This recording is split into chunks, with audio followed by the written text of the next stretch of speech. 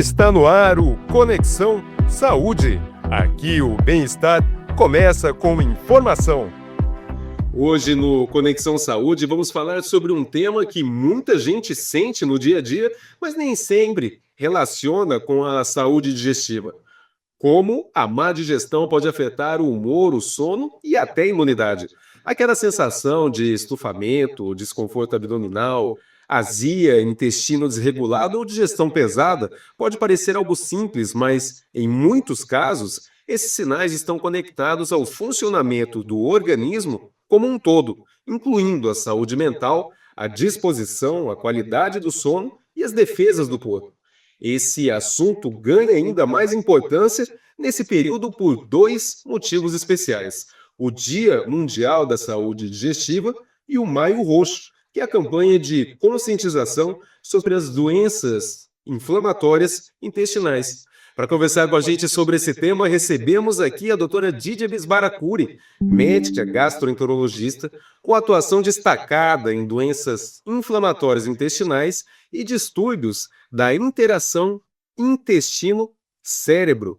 A doutora Didia é reconhecida por integrar ciência, saúde mental e medicina humanizada no cuidado de pacientes com doenças crônicas intestinais, além de possuir vinculação acadêmica e atividades de formação ligadas à Harvard Medical School.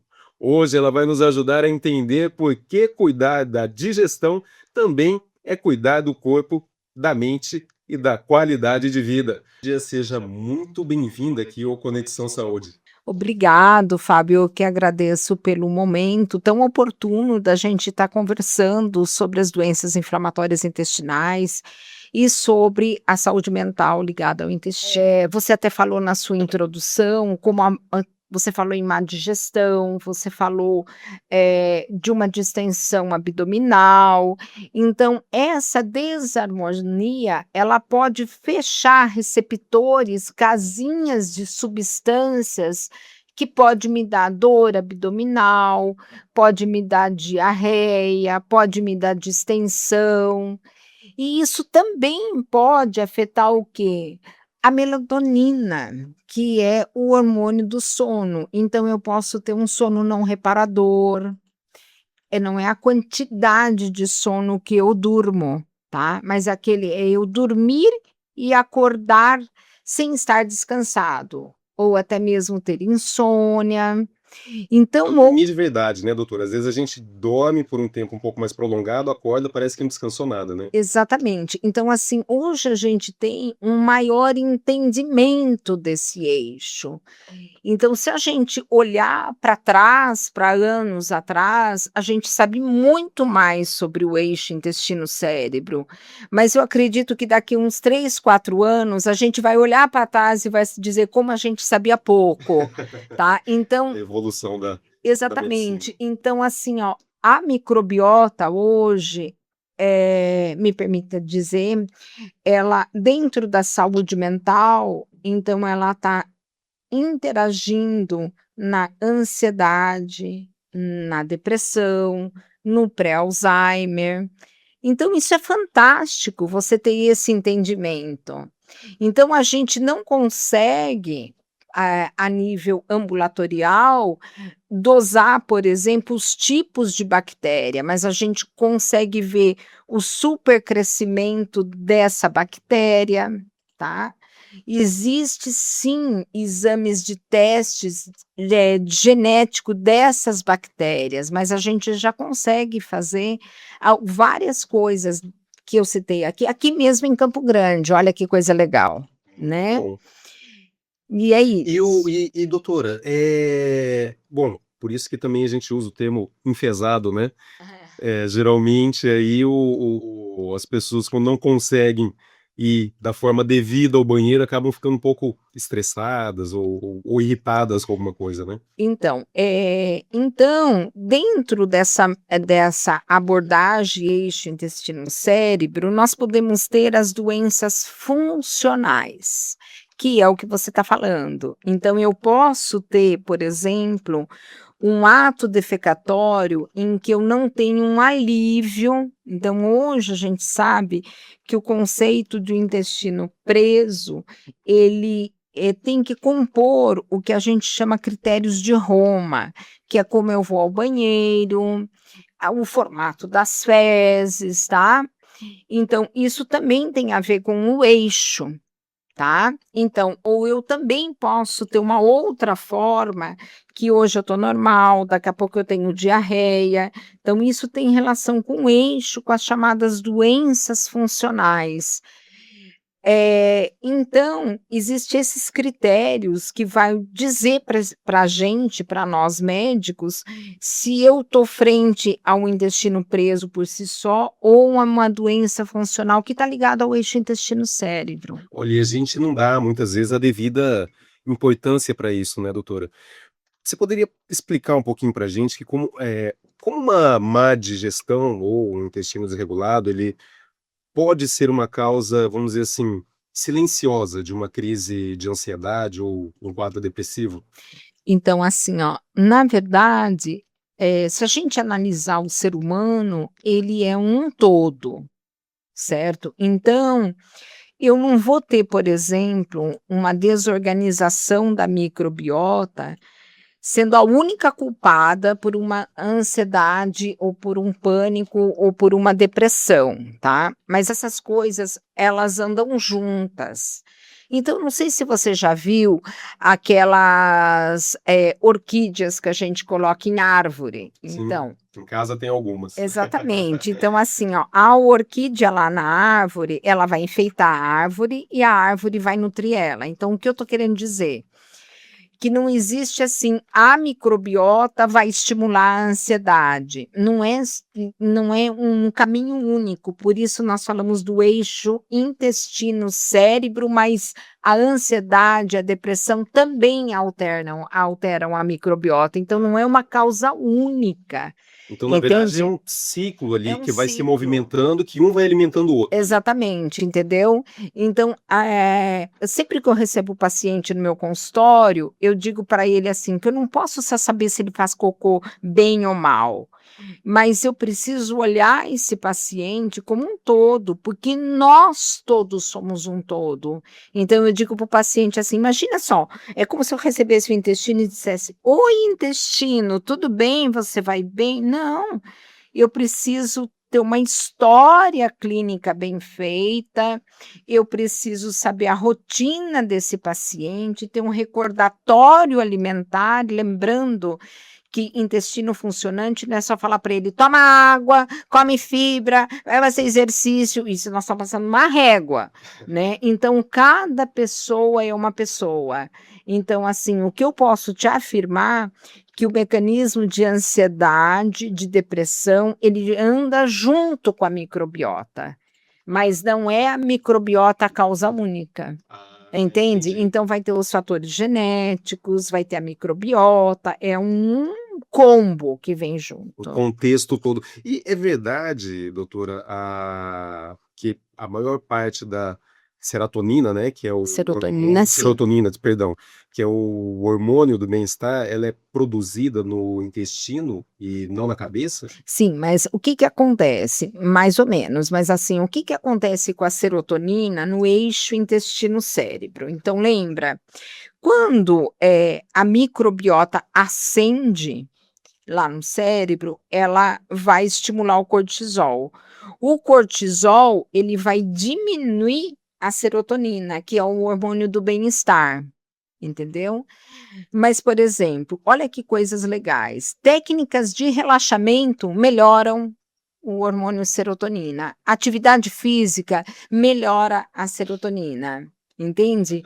Então, assim, é real, mas tem situações, tem a microbiota e tem situações que eu posso fazer no meu dia a dia que melhora a Para não serotonina. deixar se influenciar com aquilo, né, que o Exatamente. organismo ali já tá trabalhando. Então, por exemplo, quando a gente vai olhar o eixo intestino-cérebro e vai pensar em saúde mental, que é o que a gente mais fala, uma das coisas mais terríveis esse é um parecer meu, que eu penso na saúde mental é um aparelho que chama celular.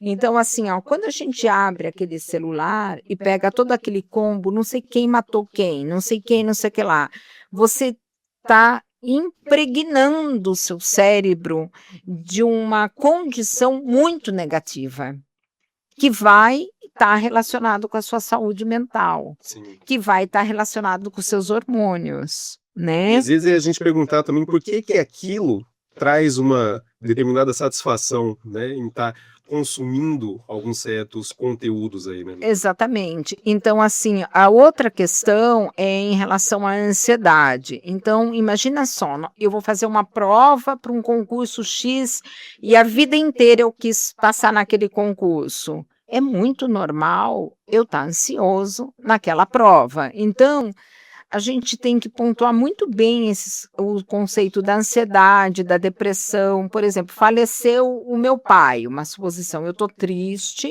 porque o pai faleceu.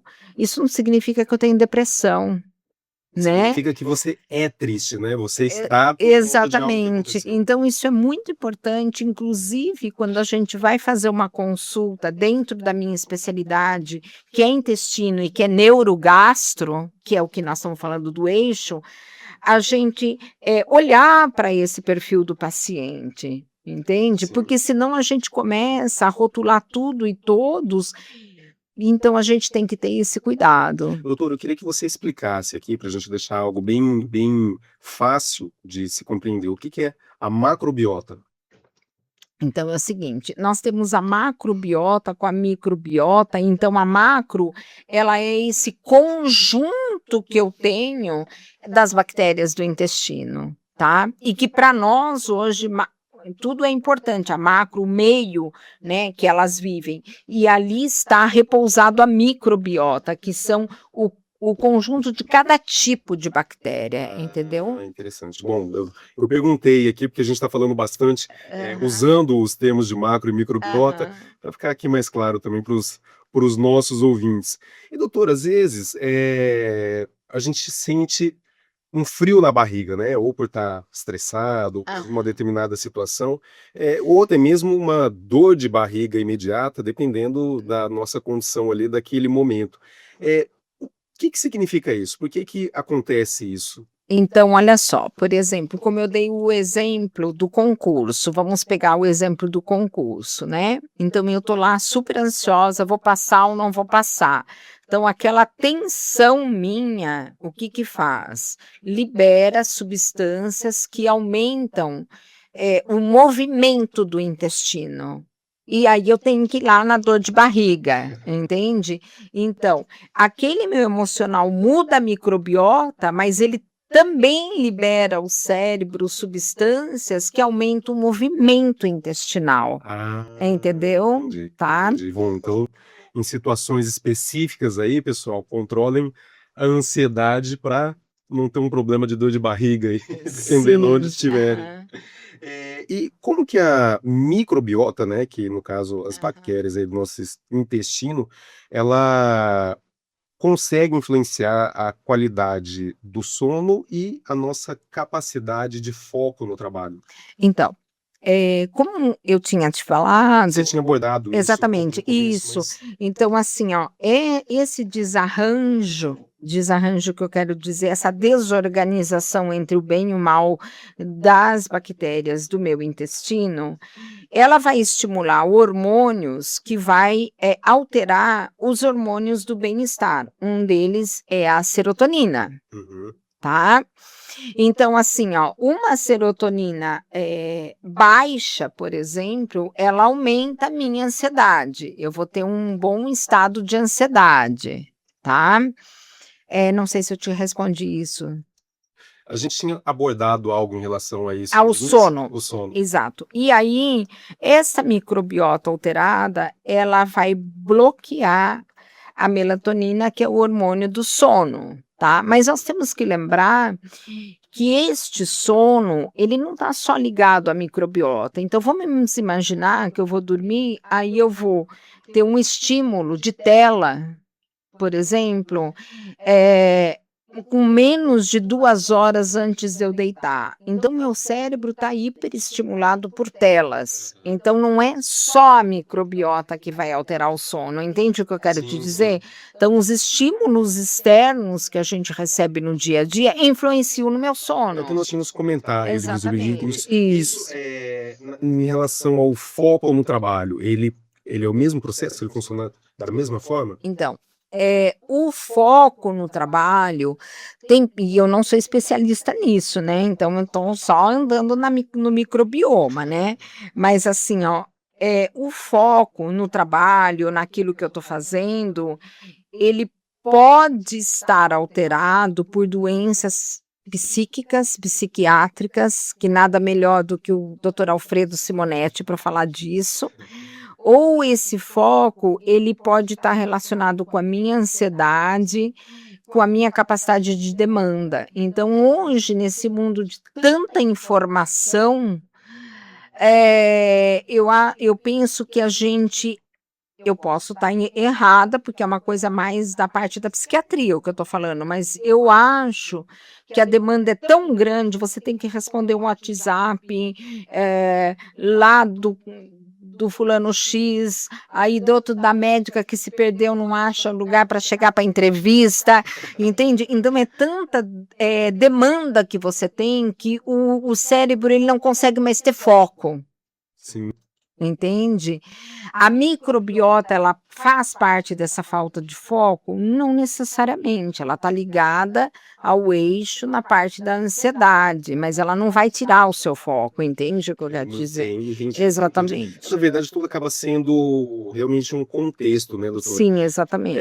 Você falou, eu não sou especialista nesse assunto, mas eu queria que você falasse um pouquinho aqui, doutora, antes da gente continuar, do seu currículo, porque às vezes o pessoal está ouvindo a gente e fala, não é especialista, então não deve saber direito o que está falando. Queria que você só fizesse um resumo, senão a gente não vai ter tempo aqui no programa Então, assim, ó, para ouvir toda a qualificação que você tem, doutora. eu sou uma paulistana, apaixonada por São Paulo, pelo meu estado, com muita gratidão pelo estado do Mato Grosso do Sul.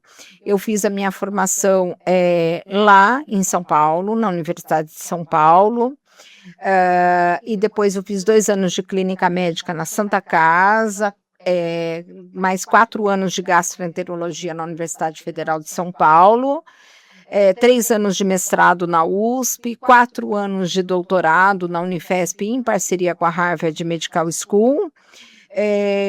Sou pesquisadora, fiquei como pesquisadora por 17 anos do grupo de intestino da Harvard Medical School em Boston, Hospital Beth Israel.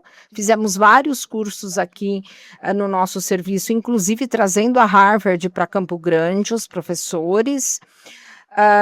Depois eu fiquei como professora visitante dessa universidade, dou aula na parte de saúde mental, falando sobre eixo intestino-cérebro no Hospital Israelita Albert Einstein, tá? Sou membro fundadora do Grupo Brasileiro de Doença Inflamatória Intestinal, o qual esse mês estamos falando de Maio Roxo, que é uma campanha internacional de doença inflamatória. Então, eu já vou começar a falar de doença inflamatória. Doutora, a gente já vai falar de doença inflamatória, mas assim, eu pedi para você falar um pouquinho aqui do seu currículo, até para os nossos ouvintes verem o gabarito e a qualidade dos nossos entrevistados que estão aqui com a gente. Então, é muito precioso toda a sua capacidade técnica aí para passar para a gente essas informações aqui que são extremamente importantes, né, para a gente ter um cuidado maior aí em relação à nossa saúde.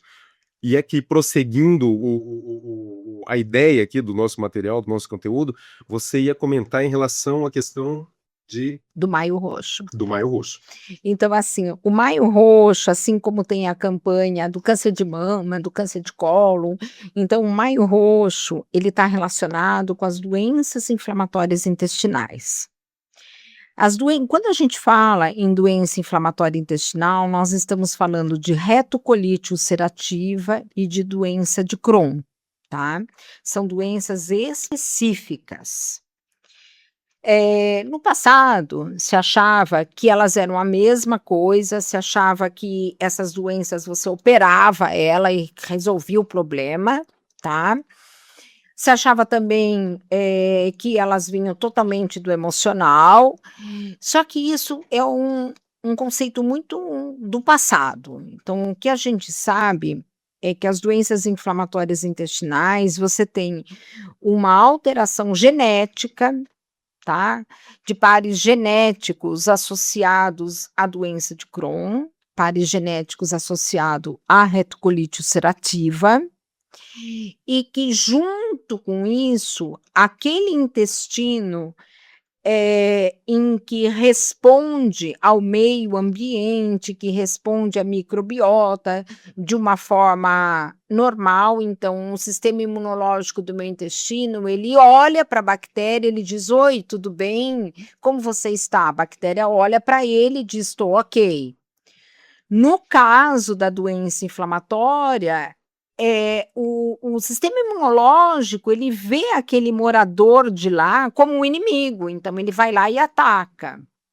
Então, há no intestino desses pacientes uma desregulação do sistema imunológico frente às bactérias do próprio intestino, entendeu? Entendi. E a gente tem nós temos, dados em relação a isso, doutora? Saber, assim, mais ou menos uma quantidade de pessoas que são afetadas, né? Muito.